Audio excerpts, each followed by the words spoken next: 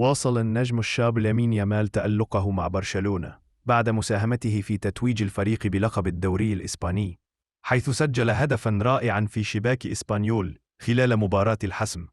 الهدف الذي وصف بأنه من أجمل أهداف الموسم عزز مكانة يامال كأحد أبرز المواهب الصاعدة في كرة القدم، رغم أنه لا يزال في 17 من عمره. بهذا الإنجاز أصبح في رصيد يامال لقبان في الدوري الإسباني إلى جانب ألقاب أخرى، مما يؤكد مسيرته الواعدة نحو المجد. اللاعب احتفل مع زملائه داخل غرف الملابس فور نهاية المباراة، معبراً عن سعادته الكبيرة بالتتويج. وفي تصريحات نقلتها صحيفة موندو ديبورتيفو، قال يامال: "نحن سعداء جداً. دائماً ما تكون هناك شكوك حتى اللحظة الأخيرة، لكننا نجحنا في تحقيق هذا الإنجاز المهم للنادي." وعن هدفه الرائع أكد النجم الصاعد أنه لا يبحث عن الأضواء الفردية، قائلاً: "لا أعمل من أجل تسجيل أهداف جميلة، بل من أجل فريقي. أركز فقط على المباريات، وسأواصل تقديم كل ما أملك من أجل برشلونة." وفي خبر آخر، أعرب نجم برشلونة رافينيا عن سعادته بتحقيق لقب الدوري الإسباني للمرة الثانية منذ انضمامه إلى الفريق في صيف 2022، مؤكداً أن التركيز على الذات كان مفتاح النجاح هذا الموسم.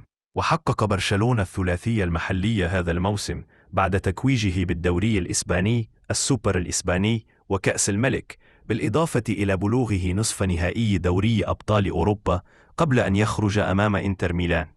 وفي تصريحات لصحيفة موندو ديبورتيفو قال رافينيا: "هذه ثاني بطولة لي في الليغا، وأتمنى حصد المزيد. فكرنا فقط في أنفسنا، ولم ننظر إلى ريال مدريد أو أي فريق آخر. عندما نركز على عملنا تزداد فرص الفوز." وفي رسالته لجماهير برشلونة أكد رافينيا أن النادي أثبت قدرته على العودة بقوة رغم التوقعات التي كانت تشير إلى صعوبة المنافسة هذا الموسم، وأضاف: "مع برشلونة فزت بكل شيء محليا، والآن حان وقت التركيز على دوري الأبطال. هذا هو حلم النادي، وسنقاتل بكل قوتنا لتحقيقه الموسم المقبل." وفي خبر آخر، أشاد لويس إنريكي مدرب باريس سان جيرمان بالمسيرة المميزة للمدرب الإيطالي كارلو أنشيلوتي، معبراً عن إعجابه بشخصيته داخل وخارج الملعب، وذلك خلال مؤتمر صحفي عقد قبل مواجهة فريقه أمام أوكسير في ختام منافسات الدوري الفرنسي. وقال إنريكي: "لا أعتقد أنه يوجد مدرب يمتلك مسيرة شبيهة بمسيرة كارلو أنشيلوتي. هو شخص رائع سواء داخل أو خارج الملعب."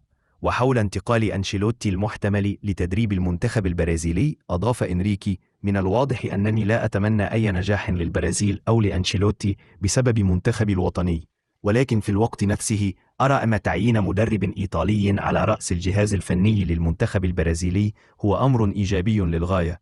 إنه مزيج مثير للاهتمام." ويأتي حديث إنريكي في الوقت الذي يستعد فيه باريس سان جيرمان المتوجب بلقب الدوري الفرنسي لخوض النهائي كأس فرنسا أمام ريمس قبل مواجهة إنتر ميلان في نهائي دوري أبطال أوروبا، حيث يسعى النادي الباريسي لتحقيق الثلاثية هذا الموسم.